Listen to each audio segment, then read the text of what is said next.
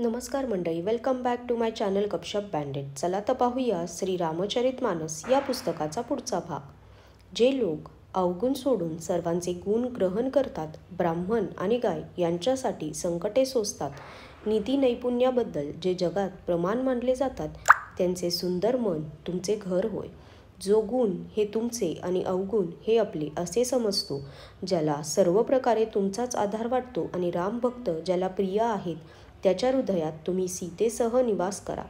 जात पात, धन, धर्म, मोठेपणा, आवडता परिवार आणि सुख देणारे घर हे सर्व सोडून जो तुम्हालाच हृदयात धारण करतो, हे रघुनाथ तुम्ही त्याच्या हृदयात राहा. ज्याच्या दृष्टीने स्वर्ग, नरक व मोक्ष हे समान आहेत, कारण ज्याला जिकडे तिकडे धनुष्यबाण धारण केलेले तुम्हीच दिसता आणि जो कर्म, वचन व मन यांच्या द्वारे सर्वस्वी तुमचा दास आहे, हे राम तुम्ही त्याच्या हृदयात वास करा. ज्याला कधीही काहीही नको असते आणि ज्याला तुमच्याविषयी स्वाभाविक प्रेम आहे, तुम्ही त्याच्या मनात निरंतर वास करा. ते तुमचे स्वतःचे घर होय. अशा प्रकारे मुनिश्रेष्ठ वाल्मिकींनी श्रीरामचंद्रांना घरे दाखवली. त्यांचे प्रेमपूर्ण शब्द ऐकून श्रीरामांच्या मनाला बरे वाटले. नंतर मुनी म्हणाले, हे सूर्यकुलाचे स्वामी, ऐका. आता मी या प्रसंगी तुम्हाला सुखदायक ठरणारा आश्रम सांगतो. तुम्ही चित्रकूट पर्वतावर निवास करा. तेथे सर्व प्रकारच्या सोयी आहेत आणि सुंदर पर्वत व वन आहे. तो पर्वत हत्ती, सिंह, हरिण व पक्ष्यांचे विहार स्थल आहे. जिची पुराणांमध्ये प्रशंसा केली आहे, ती पवित्र नदी तेथे आहे. अत्री ऋषींची पत्नी अनसूया हिने आपल्या तपोबलाने तिला आणले आहे. ती गंगेचीच धार असून तिला मंदाकिनी असे नाव आहे. ती सर्व पापरूपी बालकांना खाऊन टाकणाऱ्या डाकिनीसारखी आहे. अत्री इत्यादी पुष्कळ श्रेष्ठ मुनी तेथे निवास करतात. ते योग, जप आणि तप यांच्याद्वारे आपले शरीर झिजवीत असतात. हे रामा, चला, त्या सर्वांचे परिश्रम सफल करा व पर्वतश्रेष्ठ चित्रकूट पर्वताला गौरव प्राप्त करून द्या. महामुनी वाल्मिकींनी चित्रकूट पर्वताचा अपार महिमा वर्णन करून सांगितला. तेव्हा सीतेसह दोघा भावांनी येऊन श्रेष्ठ नदी मंदाकिनीमध्ये स्नान केले. श्री रामचंद्र म्हणाले, लक्ष्मणा, फार चांगला घाट आहे. आता येथेच कुठेतरी राहण्याची व्यवस्था कर. तेव्हा लक्ष्मणाने पैस्विनी नदीच्या उत्तरेकडील उंच किनारा पाहिला आणि म्हटले, याच्या चोहीकडे धनुष्यासारखं वळण घातलेला ओढा आहे. मंदाकिनी नदी त्या धनुष्याची प्रत्यंचा आहे आणि शम, दम, दान हे बाण आहेत. कलियुगातील सर्व पापे ही अनेक हिंस्त्र पशु आहेत.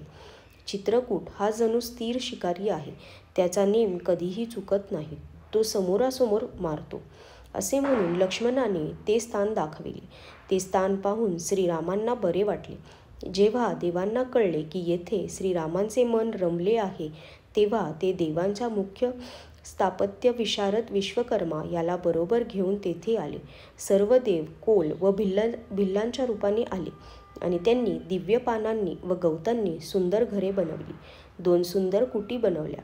त्यांचे वर्णन करणे अशक्य आहे. त्यांच्यामध्ये एक फार सुंदर अशी छोटीशी कुटी होती आणि दुसरी मोठी. लक्ष्मण आणि जानकीसह प्रभू रामचंद्र सुंदर गवत पानांच्या घरांमध्ये शोभून दिसत होते.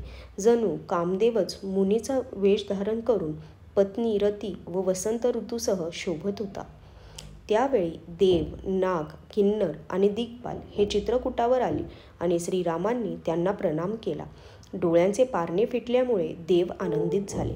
फुले उधळीत देवांनी म्हटले, हे नाथ, आज तुमच्या दर्शनाने आम्ही सनाथ झालो.